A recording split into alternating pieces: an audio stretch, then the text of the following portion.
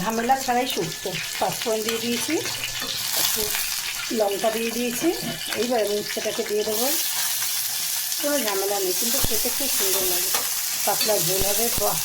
ওই দিয়ে আর্ধেক ভাত গরমকালে খাওয়া যায়। দেখো আমি সব রকম সবজি নিয়ে নিয়েছি। কাঁচকলা, ডাঁটা, বিনস, রাঙা আলু, তারপর হচ্ছে তোমার শিম, একটা এমনি আলু, সব পেঁপে, সব কিছু নিয়ে নিয়েছি আমি। এটা একটু কাটা থাকতে থাকতে আমি দিয়ে দিলাম।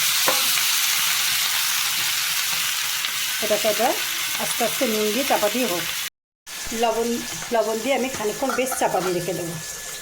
তোমাদেরকে আগেই বলেছি এই শুক্তোটা করতে কোনো ঝামেলা নেই। দেখো আমি নুন দিয়ে পুরো চাপা দিয়ে রেখে দিয়েছিলাম, একটা মজে গেছে। এবারে আমি একটু সর্ষের গুঁড়ো আর একটু জিরে গুঁড়ো, ধরে গুঁড়ো আর একটু হলুদ দিয়ে চাপা দিয়ে রেখে ভিজিয়ে রেখে দিয়েছিলাম।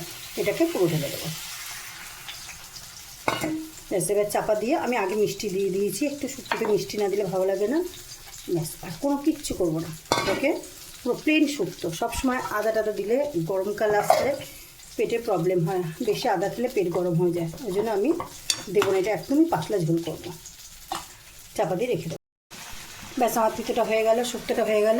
ব্যাস, এবার করে রেখে দিনগুলো খেতে পারবে, কোনো সমস্যা নেই। একটু ঝোল ঝোল রাখলে খুব খেতে টেস্ট হয়।